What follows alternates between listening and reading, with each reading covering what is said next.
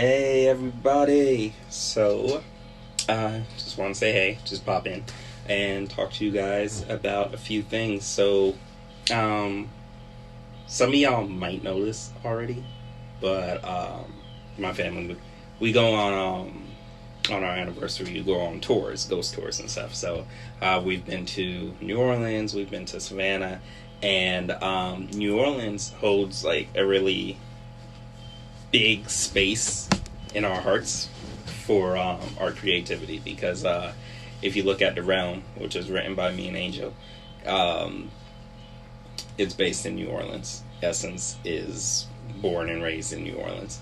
And books 2 and 3 of Planet Dead take place. 3 is 100% in New Orleans, and book 2, like the prequel and the ending is in New Orleans. Uh, so yeah, New Orleans is pretty big to us. So what I wanted to do was talk about some of the aspects of New Orleans and real life things that go into my books.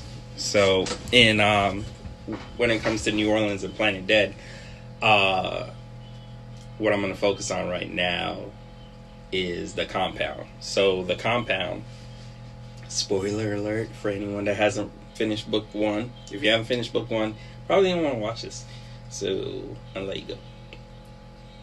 5, 4, 3, 2, you should be gone. Okay, so the compound is where Dr. Brooks takes Sue, Tennessee, Peter, and Jordan after the CDC in Georgia explodes. And we talk about I'm making a video. Huh? I'm making a video. Oh, okay. But no, I don't. Okay, so the compound is basically they set the detonation for the CDC. CDC explodes. They take off in a helicopter to this unknown safe place. And you find out in book 2 that the compound is a mansion in New Orleans. So it's very much the concept of the government kind of hiding in plain sight. They wanted locations that gave them access to the infection, but allowed them to hide from people seeking them out. Because, you know, if like the zombie apocalypse happened, people would be trying to go to the CDC, people would be, I don't know, pounding on the governor's door. So it's just like a place where they can be and get what they need done without having massive amount of people being around them. So the mansion that I chose was I'm probably going to butcher her name, but it doesn't matter. She's a piece of trash anyway. The Delphine LaLaurie's mansion.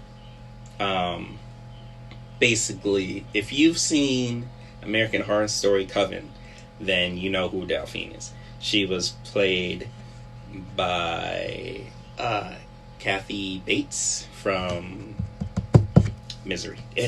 Sorry. So, I took that mansion because the first time I saw it in New Orleans, I was just like, this place is creepy. I want to write about it. So when I first visited New Orleans, I think it was in 2017. That was like around the time I was starting book 2. So yeah, I was just like, this is going to be where Sue and them end up.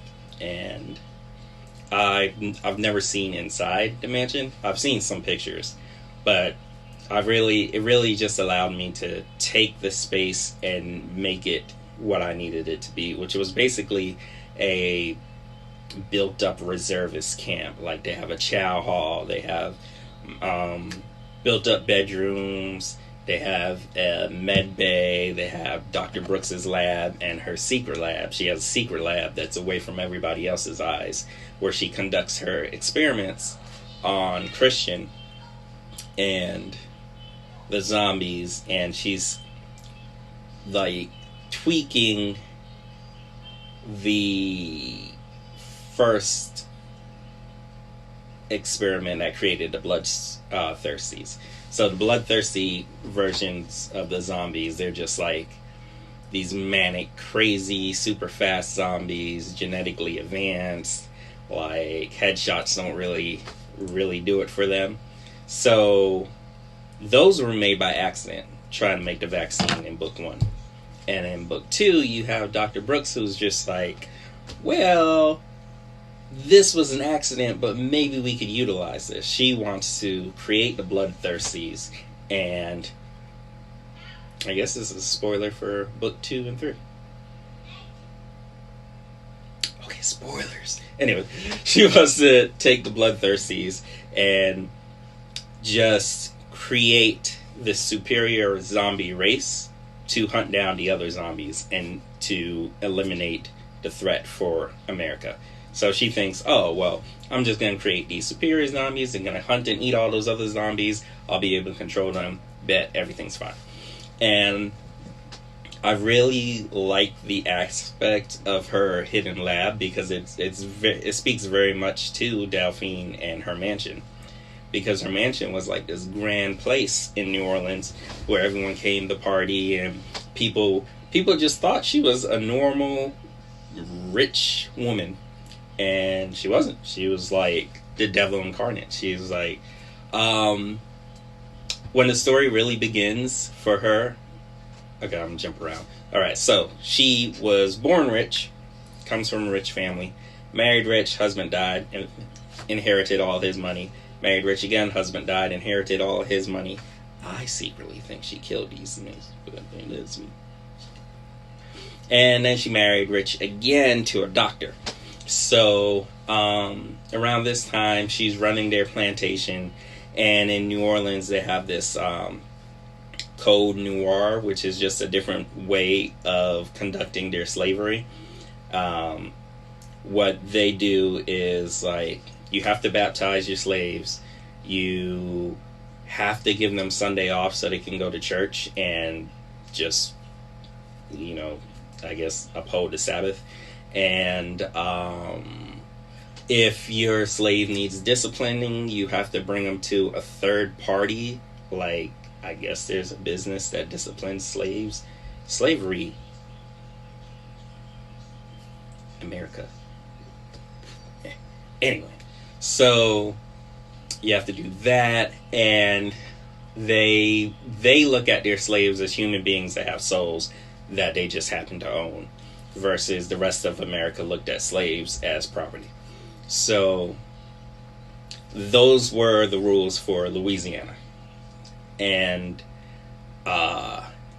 Delphine, she was torturing her slaves. She was beating her slaves. She was like breaking bones. She wasn't feeding them.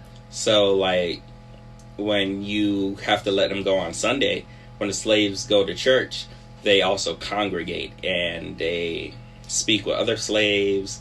They learn trades. They do all this other stuff. They get all this stuff in one day when they're free. So they're trying to build a better life or purchase their way out. Some slaves were able to do that. So Delphine's slaves were seen throughout town, and they have marks, and they're malnourished, and everybody's just like, what is going on? Like, she's rich as hell. What's wrong with her slaves? So, they started an investigation. They realized that she's mistreating her slaves. So they're like, bet, we're going to take your slaves away. You're not going to have any slaves no more. You can't purchase these slaves again. And then she was like, okay. So they take her slaves away, put her slaves in some kind of slave market. America is weird. Put her slaves in some kind of slave market. And she just has her family just repurchase her slaves and then drop them back off at her house. But she's like, man, I can't hang out at the plantation no more because, all these eyes are on me. I'm going to move into the city, into New Orleans. I believe she moved, like, into the French Quarter, I think. So she's like, yeah, I'm going to move into the French Quarter. Everything's going to be good. No one's going to really remember the fact that I was, like, torturing my slaves. And she buys this big old mansion. And everything just goes back to normal. She's just back to being this rich hoe. And so nobody's wiser to anything that she did before. until a fire breaks out in her mansion. So, okay, let me stop here. So, American Horror Story took a lot of liberties with her character. Like, they linked her up with the Voodoo Queen, Marie Laveau. But from what I learned from my tour guides and stuff like that and writing about the house, they're not really connected. Or they might have known of each other, or I don't even know if their time periods. I'm not a history major. That's the wife. Okay, so back to where was I? The mansion. Okay. Anyway, so there are different. It's history. Like, people retell it, people sensationalize it. This story does not need any extra horror, but people have added extra horror to it. So in the stories that a lot of people hear, a 70-year-old slave who was chained to the stove started the fire. She started a fire in the house. That caused the fire department to show up. Everybody in the French Quarter is looking like, dang, her house gonna burn down. What happened? And then the mayor, he lived down the street, so he's like, oh, let's find out what happened, because I don't want my house to burn down. Because Louisiana, or New Orleans itself, had a string of fires. So, like, when a fire happened, they freak out. So they had a string of fires. And this one, the fire people, if you go with the first story, seeing a woman chained to the oven, that's enough. But according to, like, historic accounts, there wasn't a woman chained to the oven, that the fire wasn't purposely started. It was just a happenstance thing.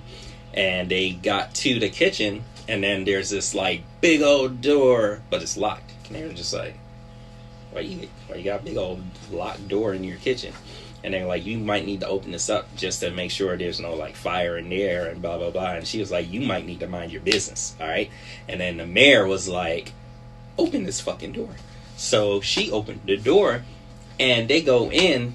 They all the firemen rush in and immediately rush back out, throwing up, because in this little, like, secret torture room, there are slaves, tons of slaves, just chained to the wall with open wounds, maggot-infested wounds, broken bones, extremely malnourished, missing eyes.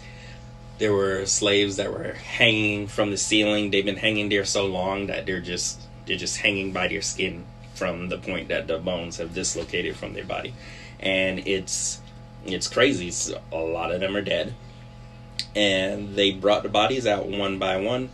And the people of New Orleans were like, what is this? She's a monster. She murdered all her slaves and stuff like that. And she's torturing all her slaves. Some people said that her and her husband were conducting experiments on them.